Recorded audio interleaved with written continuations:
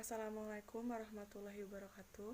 Perkenalkan, saya Senia Rianto, mahasiswi D3 Kebidanan Universitas Muhammadiyah Tasikmalaya. Saya akan mempresentasikan mengenai perspektif Muhammadiyah Pancasila sebagai Darul Ahdi wa Syahdah. Pengertian Pancasila dan Darul Ahdi wa Syahdah. Secara etimologi, kata Pancasila berasal dari bahasa Sanskerta dari India, bahasa kasta Brahmana, yaitu panca yang berarti 5 dan sila yang berarti dasar. Jadi secara harfiah, Pancasila dapat diartikan sebagai 5 dasar. Pengertian Pancasila ialah sebagai dasar negara seperti dimaksud dalam bunyi pembukaan Undang-Undang Dasar 1945 alinea keempat.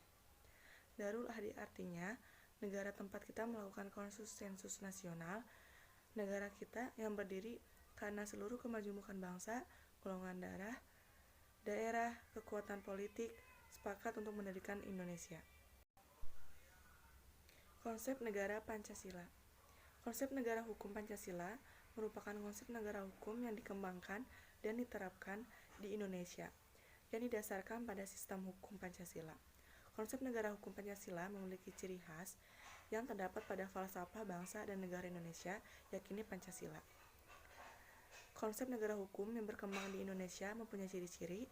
Yang pertama, pengakuan dan perlindungan terhadap hak asasi manusia.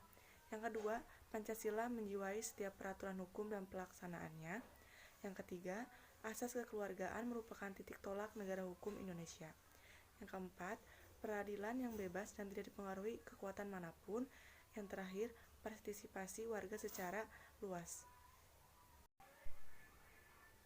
Pandangan Muhammadiyah terhadap negara Pancasila sebagai Darul Ahdi wa Syahdah.